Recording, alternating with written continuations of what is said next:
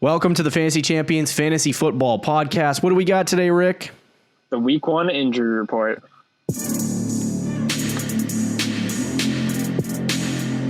Welcome to the Fantasy Champions Fantasy Football Podcast. Here's your host, Morgan Colby and Rick Lemon.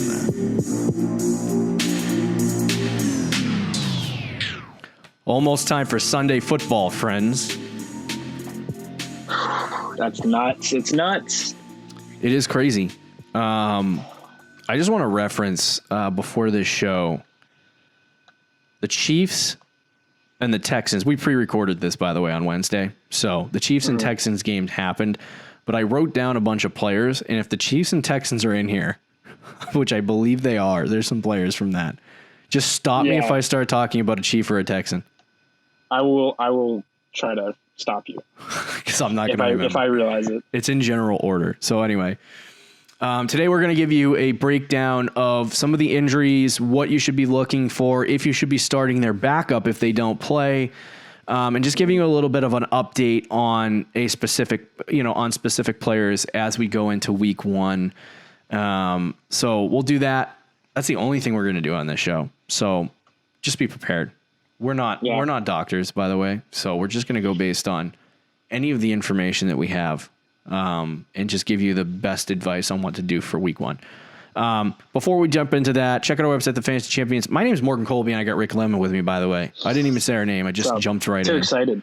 Too excited. Before we jump into our injury report, check out our website at thefantasychampions.com. Follow us on Twitter at TheFFChamps, on Instagram at TheFantasyChampions. Like us at Facebook.com/TheFantasyChampions. If you're listening on Apple Podcasts, Spotify, Stitcher, or any other podcast platform, be sure to subscribe. Click that subscribe button, leave a review, and share this podcast with your friends. If you are watching on YouTube, be sure to subscribe, click the bell for notifications, and like and comment down below. Before we jump in officially, we have a word from our sponsor, Anchor. If you haven't heard about Anchor, it's the easiest way to make a podcast. It's free. There are creation tools that allow you to record and edit your podcast right from your phone or computer. Anchor is going to distribute your podcast for you so it can be heard on Apple Podcasts, Spotify, or Stitcher, or any other podcasting platforms. You can also make money from your podcast right away with no minimum listenership. It really is everything you need to make a podcast all in one place. So be sure to download the free Anchor app and go to anchor.fm to get started. So here we go. Week one injury report. This is diving in. We did starts and sits yesterday. Today we're doing some injury advice before the show, before Sunday starts. So we have some interesting kind of situations here that we're going to quickly go over. And we'll give you the best possible advice. We're going to go position by position with these injuries. So, and we'll try to hit on as many as possible. Are you ready to go, Rick? Yeah, let's do it. All right, so we have no notable quarterback injuries for this week. So we'll just jump right into, besides, unless you want to talk about like Jared Stidham. No, I don't want to talk about Jared Stidham. You kidding me? Starts game 1 just for fun. I told you, first snap of the game, Stid gets it. No, stop it. He gets it, and then Cam Newton comes in second play. Stop it. Because that's what he does. All right, so we don't, obviously, because this is pre-recorded, we don't have the Thursday. We don't have Thursday practice reports yet. We're just going off what happened on Wednesday. A couple weeks ago, David Montgomery suffered I think it was a groin injury. Yeah. And he is questionable for Sunday's game. According to Brad Briggs on Twitter, David Montgomery was limited at practice, which puts him on track for Sunday's opener against the Lions. So he'll be a candidate for 18-plus carries, according to him, and the backup being Ryan Nail, big, bulking white guy. So I thought he was black. I really did. And skin color doesn't matter, but if he doesn't, I just wrecked myself entirely. If he doesn't play, I wouldn't really focus too much on him, because I've heard people say like it's not going to affect Tariq Cohen because they don't really play the same role. which is true. But I do think Tree Cohen will get a little bit more carries, and I think he'd be worth like a flex play. But I wouldn't start. What's his name? The guy that Ryan Nail.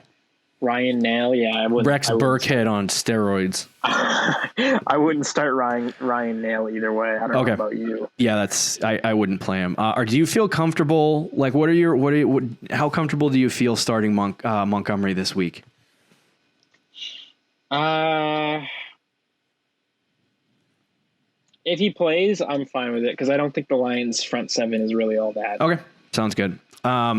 Next guy, questionable, is Joe Mixon. I believe, I'm not sure if this injury is disclosed or not. Let me just pull up Joe Mixon's profile really fast. So apparently he was absent from practice on Friday, August 28th for no apparent reason. And then he signed a 4-year extension. So he's currently questionable, but I guess he's been dealing with migraines. So I don't know if that has anything to do with concussions, but it sounds like Joe Mixon's going to play. This is one of those weird situations where I think there's probables, but they haven't declared anybody probable yet. I don't know if they got rid of that. I think they might have gotten rid of that in the new CBA. Oh, that's interesting. Or something like that, because everyone is questionable, literally everyone. So I don't think. Did they get? No, I don't think they did get rid of it. We'll look like idiots. Joe Mixon's going to play this week. If you're concerned about Joe Mixon, don't be. Melvin Gordon also has been listed on the injury report for Week 1 as questionable. Is that right? Yeah, he is right now. So according to Roto World, I guess he has been dealing with also an undisclosed injury. Please give me some information, people. I don't know if he practiced or not on Wednesday, so I would think that he's going to be okay. But there has been some talk of him and Phillip Lindsay splitting work at the early part of the season, so they don't overuse Melvin Gordon, which would blow for the Gordon owner. But I don't think there's any kind of problems there with him. Here's a real head scratcher. Deandre Swift. He went down with some kind of leg injury, I believe. I don't know if it was a hip injury. What it was. Oh, was it a hip? So they said it was a leg, and now they're saying it's a hip. Interesting. Yeah. So they did say that Swift returned to practice on Wednesday. So that's a good sign for him for Week 1. I was going to say if he didn't practice on Thursday or Friday, then I would be concerned about him starting.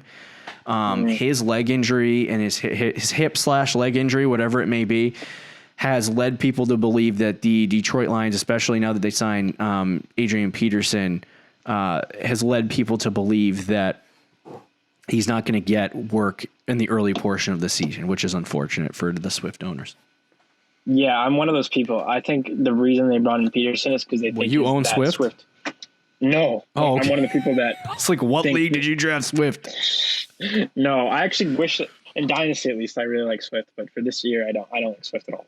And I do think the injury is probably a little worse than what they're giving off. And that's why they signed Adrian Peterson. Yeah.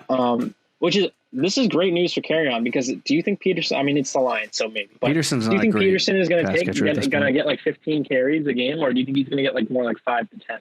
I think he would get like 7 this week.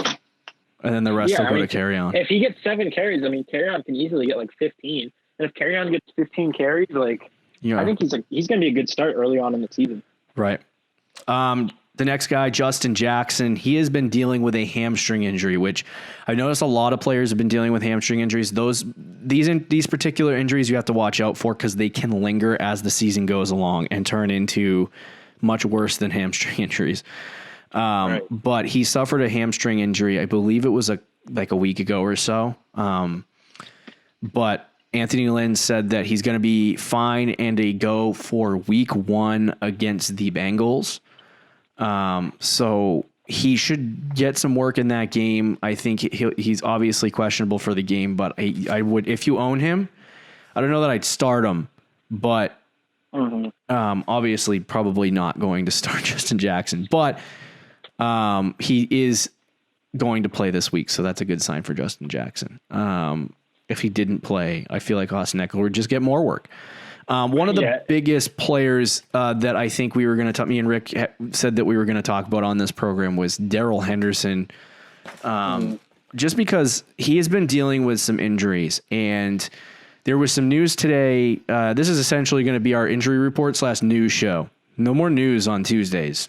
Get all your news on Fridays for boring fun. But anyway, Daryl Henderson had a hamstring injury, and he's been making progress on the hamstring injury, but that has put his week 1 status up in the air. He is questionable this week, but I guess they're looking. So right now, McVay said they're going 3 running back committee right now.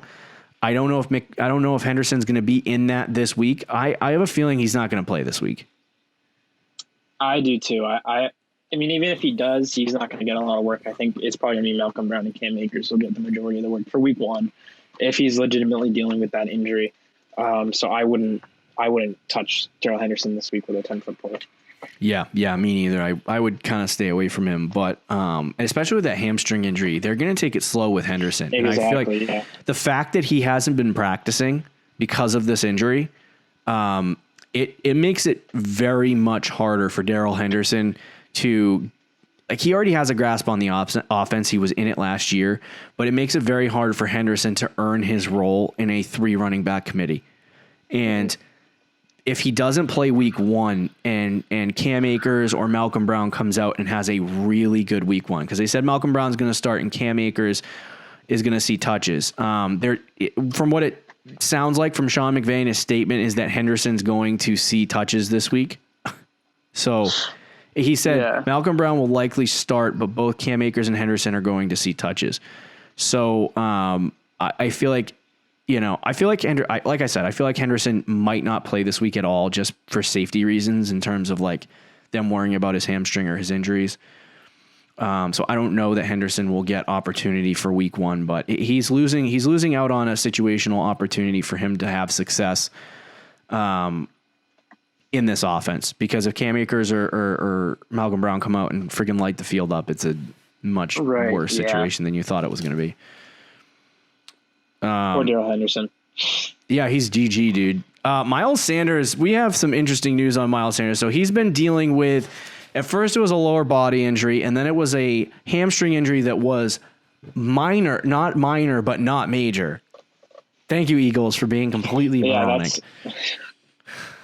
So he basically has a hamstring injury. This is concerning for Miles Sanders' early season status. As Doug Peterson said today, it's a possibility that they manage the workload of Miles Sanders. I don't know what that means for the team. I don't know if they're just playing games, or, if he was asked in a press conference, do you think you're going to limit Miles Sanders in week 1? And he says it's a possibility, just as coach speak. Like, this could mean anything for him. Right. Possibility. Are you concerned about Miles Sanders' week 1 availability? No. Are you concerned about them managing his workload week 1? Nope. Okay, me neither. Good talk on Miles Sanders. In case anybody was worried about him. Yeah, I'm not super concerned. Carlos Hyde, the only reason I didn't want to bring him up because he's not a guy that you would play this week, or I would even own at this point.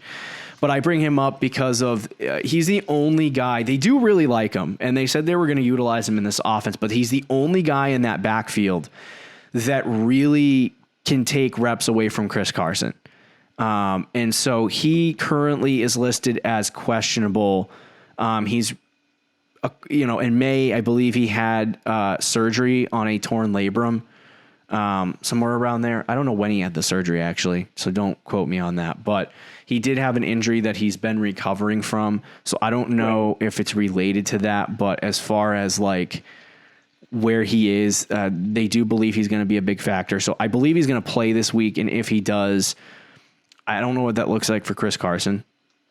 But if he doesn't play, I think Chris Carson becomes an automatic start for your team. Yeah. He should have been anyway, probably, but this especially makes him an automatic start. It's only going to be him and DJ Dallas in the backfield. And I don't think they're going to really use DJ Dallas. If Carlos Hyde does not play. If Carlos Hyde does not play, if Carlos Hyde plays, I still am starting Chris Carson. It's a good matchup, and they'll probably be ahead in the game, so they'll probably run the ball. So I'd still start Chris Carson either way, but you definitely feel more confident about it if Carlos Hyde is out. I wish I had some kind of drop for Damian Harris being placed on IR for 3 weeks. So the new IR, just so everyone knows, is not sick. I believe it's not 6 weeks. It's 3 weeks for this season, at least, because of COVID. So Damian Harris can come back after week 3 in week 4 if he's ready to go. He suffered a hand injury, I believe. And so he's not going to play this week. If you anticipated playing him, I would even drop him at this point. If you need a defense, a kicker, or you need a tight end, or you just want to add some depth to your team, I would just drop Damian Harris at this point. Him being placed on IR is kind of a tough go about it. And Sony Michel has an opportunity if he plays week 1. Does he play week 1? Yeah, he's going to play. We didn't talk about him because he wasn't listed on the Patriots injury report, so I guess that's a good sign for Sony Michel. But so anyway, Damian Harris becomes a non-starter first week, a non-starter for the next 3, and probably on your waiver wire. I don't know how much opportunity he's going to get this year at this point. Yeah, I don't either. Unfortunately, people were really hyping him up unless Sony gets injured. Well, because the expectation was Sony was injured, and they're not. If Damian Harris had a good enough camp, he could just take the Sony role, and people thought he would be better in that role than Sony. Yeah, but because of the injury, and Sony's healthy now, it's like that kind of goes away. Yeah, sounds good. I mean, we'll see. We'll see how it plays out though with Sony, because he's probably going to get injured again. Right. During the year, of course. So Deandre Hopkins, injury prone. He's very injury prone. Sorry, you were glitching in and out. That's why I wasn't responding. Oh, it was me. Sorry, I thought you were glitching. No, it was definitely you. So Deandre Hopkins has been placed on the injury report as questionable, but he looks to be fine. So he's definitely going to play this week. I would not be concerned about him playing at all. Amari Cooper has been he's questionable, and he's been dealing with a undisclosed injury according to, let's see, who says this? Jory Epstein. I'm sorry. Yeah. So I'm trying to find the person that said it, but I can't find it. So there you go. But he has been dealing with an undisclosed injury. Oh, so now they're saying it's a hamstring. All right. Sorry. So he's dealing with a hamstring, but he is practicing in full for week 1 against the Rams. So he appears to be good to go. Sorry, I had to get to that report. Brandon Cooks is very much questionable for this week. I feel like he's hurt all the time. Hopefully it's not another concussion. By the time we're recording this, the game is already over. So Thank you. By the time the show comes out. So see, I told you I was going to do it. I told you I was going to do it. Well, yeah, he's one of the players that have already played. But yeah, I don't know about him. Anyway, Mike Williams, week 1. This is one of the bigger ones too. His status is very much in the air as well. Questionable. He had a shoulder injury. If you watch Hard Knocks, you saw him get injured, and it did not look good. That's for sure. It looked like he broke his shoulder.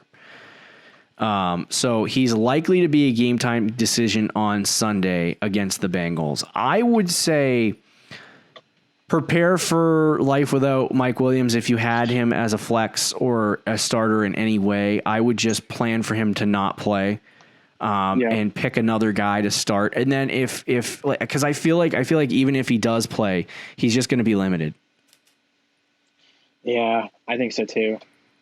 If he does play, he's going to be limited. If he doesn't play, it's going to be Keenan Allen.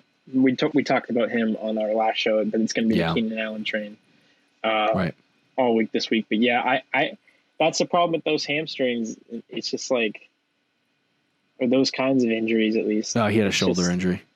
Oh, was it a shoulder injury? I hurt his shoulder. Sorry, I didn't know if I clarified. Anyway. I think you said that actually. And I just completely glazed over it. But shoulder injuries, though, like same thing with wide receivers. At least they're kind of tough because the range of motion that you use with your shoulder. So it's somebody who, like, even if he plays, like you said, I think he's going to be limited. I definitely wouldn't. And you probably drafted him later anyway, so I wouldn't start Mike Williams this week. Yeah. There's a report out that came out September 5th that said they are planning to play the majority of September without Mike Williams. So yeah, that's not good for Mike Williams. Devonte Parker is also questionable for this week. And it's been interesting for Devonte Parker. If they lose Devonte Parker, the Dolphins literally have no one to throw the football to. Literally no one. Preston Williams, right? Is he healthy? Preston. No, he's actually not healthy either. Yeah. The Dolphins wide receiver Devonte Parker returned to practice on Tuesday, undisclosed injury. It was a minor hang-up, and now it's being reported today that it's a hamstring injury, and he was limited in Wednesday's practice. So he should be good to go for Sunday. I would not be concerned about him at all. Golden Tate also has been listed as questionable, or he is at least questionable right now. I don't know if that status will change before or upgrade before Sunday. He remains sidelined for Monday's practice. There haven't been any reports out of New York if he practiced today or not. I haven't seen anything. So if he has not practiced going into Friday and he doesn't practice Friday, keep an eye on the injury report on Roto World or ESPN or whatever you like to follow. But if Golden Tate has not practiced on Friday, I would assume he's not going to play.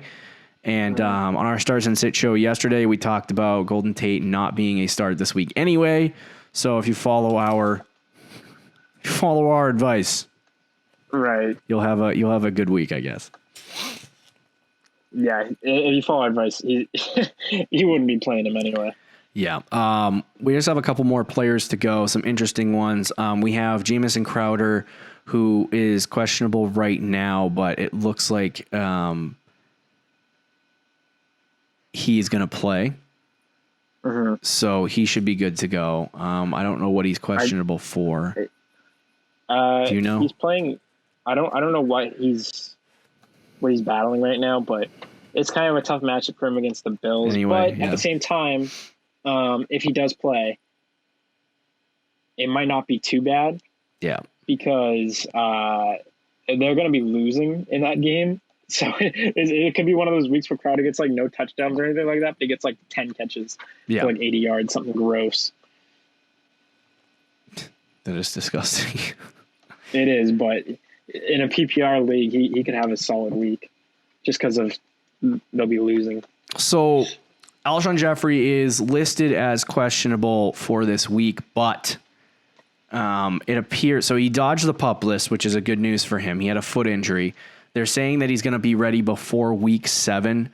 So it is more than likely that Alshon Jeffrey, I was going to say Deshawn Jackson, don't know why. Alshon Jeffrey will not play week 1. That's most likely going to be the case. So here's what I would do, and this is crazy. If you drafted Alshon Jeffrey and you for some reason drafted him and he has to start this week, and you don't have anything on your bench, and it's just gross and disgusting. I say this with the fact that I'm prefacing it's gross and disgusting. But Deshawn Jackson might be a really good play this week. Yep. 100% against Washington. It's gross, but he literally is we're going to talk about Reagor next. But he's the only guy. If Reagor and Alshon Jeffrey do not play, Deshawn Jackson's the only guy in the offense that could probably produce at the wide receiver position. Right. I think both guys are not going to play. So it says Reagor returned to practice on Wednesday. Eagles beat writers were surprised. And he's doing everything. He did everything at Wednesday's session, meaning that he looked like he was fully healthy. So maybe you have to keep an eye on the Eagles injury report going into this weekend and just see what happens. See if he continues to practice. I'd keep an eye on him. But yeah, Reagor, if he plays, then I think Deshawn Jackson's a little bit less exciting. Do you like Reagor if he does play this week to start? He's a rookie, first game. Rookie hasn't had a game under his belt in the preseason. Do you want to start Jalen Reagor? No, probably not. But I do think if he plays, he could have a big week against Washington. who I think Washington has one of the best front sevens in the league, but that secondary is awful. So Rieger and Deshawn Jackson could have monster weeks this week. Do you remember last year Deshawn Jackson in like week 1 had like a 2-touchdown week and everybody was going crazy for Deshawn Jackson, and then he missed like 14 straight games. He was done for the season. Yeah, he looks good in Philly. He could have that. He could have a week like that this week against Washington. And if Rieger plays, then maybe a little less so, and maybe they both have decent weeks. But if Rieger doesn't play, Jackson could have a really good week. Yeah, that's true. So the 49ers have 2 wide receivers questionable, Brandon Ayook and Debo Samuel. Brandon Ayook suffered a hamstring injury that was a mild hamstring injury back on August 25th. They called it a mild soft tissue injury. So he has been off and on the practice field for the last couple weeks because of a hamstring injury. His status for week 1, it has been a little bit up in the air, but I think he'd play. That would be my guess for week 1. And then as far as Debo is concerned, he is also listed right now as questionable. That's going to change as we go into the weekend. But he was activated off the NFI list from his foot injury. He's looking like a week 1 fade at this point. Because he's probably going to be on a snap count week 1, but week 2, I would saddle him up. So if he plays week 1, he's going to be on some kind of a snap count, and it's not going to look good for him. But week 2, I would definitely play him. Yeah, no, I'm with you on that one. 100%. All right. Mike Evans also was listed on the injury report. Don't play games with Brady's heart. Please. He has a hamstring injury, missed practice. So Bruce Arians said the Bucs are ready to take it to the wire with Evans all the way up to game time. Of course. Bruce Arians, man, get out of here, bro. You know what? You're excited about the Bucs this year. Are you excited to listen to Bruce Arians talk for? No, absolutely not. Good God, man. So we don't know what's going to happen with Mike Evans. Keep an eye on if he practices the next couple days. I'm thinking that if it's a hamstring injury and it's not a good one, if it's not a mild hamstring injury, he'll probably miss week 1, but that makes me really nervous to start him. Saddle up your Chris Godwin shares, though. Oh, yeah, for sure. Chris Godwin's going to have if Mike Evans doesn't play, Chris Godwin is going to have like a 15 targeted game. People still don't like him, too. And then the final wide receiver on this list, and then we'll quickly go over Will Dissley, because I don't know that anyone's going to play him or start him. A.J. Brown was listed on the injury report. I'm not really sure as to why, but he's questionable according to ESPN's website. So just keep an eye on A.J. Brown. I think he's fine for this week. And then Will Dissley, I don't know why I even put him on here because I'm not sure anyone's going to play him, but there is some Will Dissley people out there who are just infatuated with Will Dissley. Will Dissley. So he had back in August 12th, he was, I guess he had an Achilles injury a while back, 10 months after.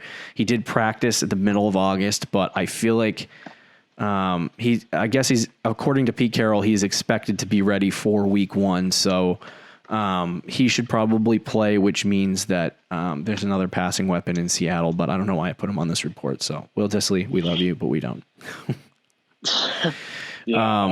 So that does it for the injury report. If there's anybody we miss, leave them in the comment section. We'll give you advice as to what they do, but I don't believe we missed anyone. No, I think we touched on pretty much everybody. This might be the most boring show of the week, but important for your fantasy success. Yeah. So that'll do it for the injury report for week 1. And all the week 1 content is now complete. We got 16 of these things to go. Be sure to check out our website, thefantasychampions.com. Follow us on Twitter and Instagram, and we will talk to you on Tuesday, Fantasy Champs. Later. Thank you for listening to the Fantasy Champions Podcast. Make sure you subscribe on iTunes and YouTube, and follow us on Twitter @TheFFChamps.